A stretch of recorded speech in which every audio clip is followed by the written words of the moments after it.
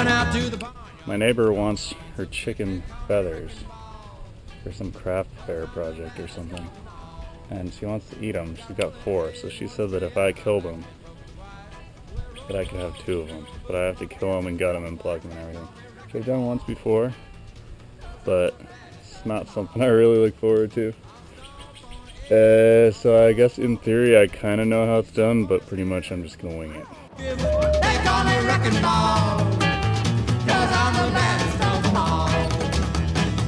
Well, roosters and hens and all their feathered friends, they know it's time to fly when I come stalking by. Well, cock-a-doodle-doo, I'm gonna put my tread on you. Harley. Supposedly, if you dunk the chickens in boiling water, it makes them easier to pluck. Ain't no fun and stomping kills so fast, and they call me Wrecking Ball, 'cause I'm the baddest of them all. If your foul's gone foul, you can't count on Rover. Just look me up and I'll stomp right over. They call me Wrecking Ball, 'cause I'm the baddest of them all. You know, the life I lead is mighty slim pickings. There ain't much. Alright, phase 2 complete, plucked chicken. All these feathers actually make incredible compost. You can buy a feather meal, it's really expensive, really high in nitrogen. Now I'm going to try and gut the chickens, which I don't really know how to do, but I'm going to make it up as I go, I guess. Oh.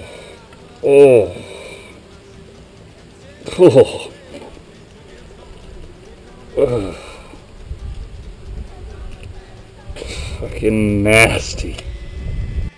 I think all this yellow stuff's fat, which I might want to keep. And this right here, this big hard chunk, is a gizzard. So if we cut that open, there'll be rocks and food inside. That's how the chicken grinds up its food. It eats rocks and they eat it up. So the gizzard is good to put in, make your stock with, so I'm going to save that. That appears to be, I don't know, something I probably want to eat. There's the chicken's heart. I definitely want to save that. That's good. I'm going to take all the good stuff from the chicken, the gizzards and the heart, some livers and some eggs and a bunch of fat in there. I'm going to put that in a little bit of water and cook that down for a little while and make some broth out of it. All the guts, stuff I'm not going to use, the worms will eat. The broth is cooked down, and now I'm going to take out all the giblets. There seems to be a lot of little hairs and little feathers that just residual stuff that I couldn't pluck, so I think I'm going to throw this thing on fire and just try and burn these things off.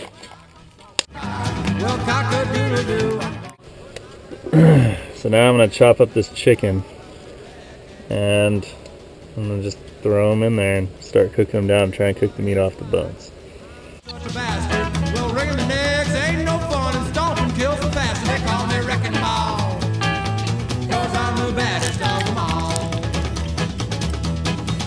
If your fowl's gone foul, you can't count on Rover.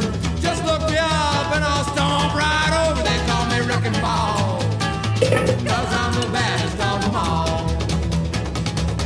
You know, the life I lead is mighty slim pickings. There ain't much call for stomping on chickens. They call me Wrecking Ball, 'cause I'm the baddest of them all.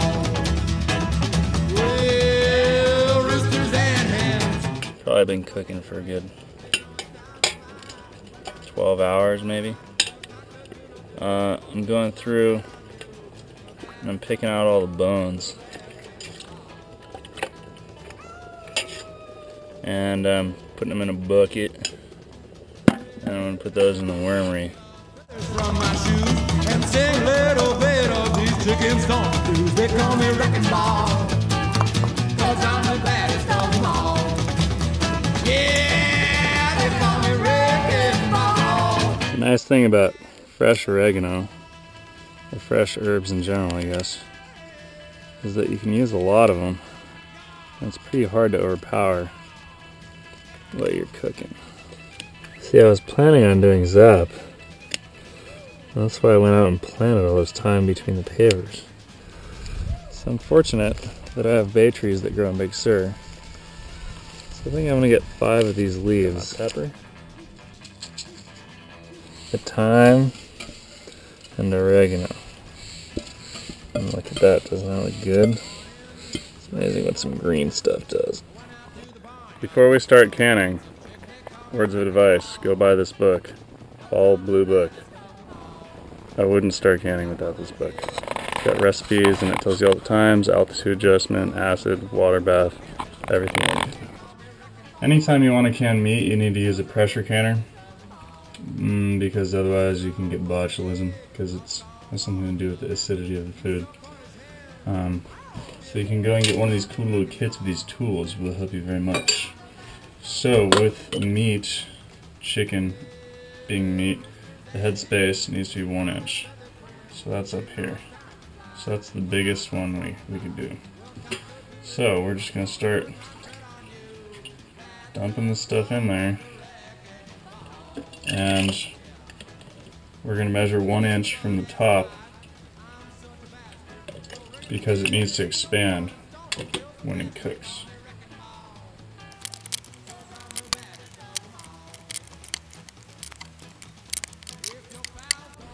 You're going to want to heat some water in a pot just till it's just simmering with just your lids, not the bands in it. And that's going to loosen up the rubber on the lid.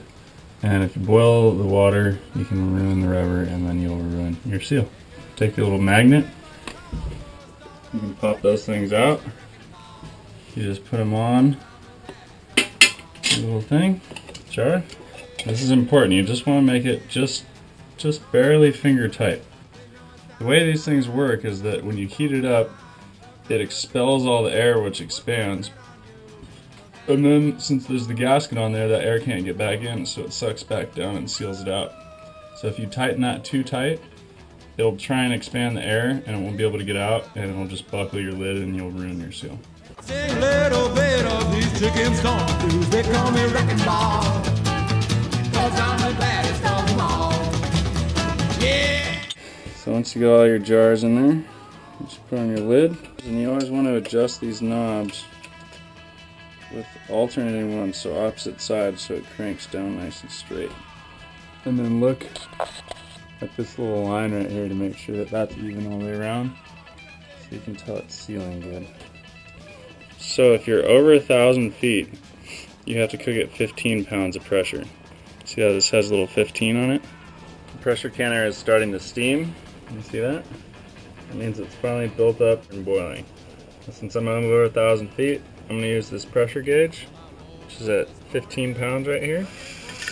And I just put that on there. And now that it's on there, it'll start building up pressure. There it goes. So, got my timer. I'm going to set that. And in an hour and 15 minutes, we'll be done. I leave them in the pressure canner overnight, just take off the weight, and allow them to cool gradually, which helps them so they don't crack, because they're really hot. Then soap off all the whatever weird food stuff's on them and get them clean. So that's where we are now. So now it's time to check the seals. So the easiest, quickest way is to push down. If it pops down, you know you've got a bad seal. So this one's not popping down, so that's good. Second way is just to give it just a little pull to see if it'll pop up. That one doesn't, so it's sealed. So check all these, see they're all sealed, then I store them. We got 19 pints of chicken stew. That's gonna be good this winter.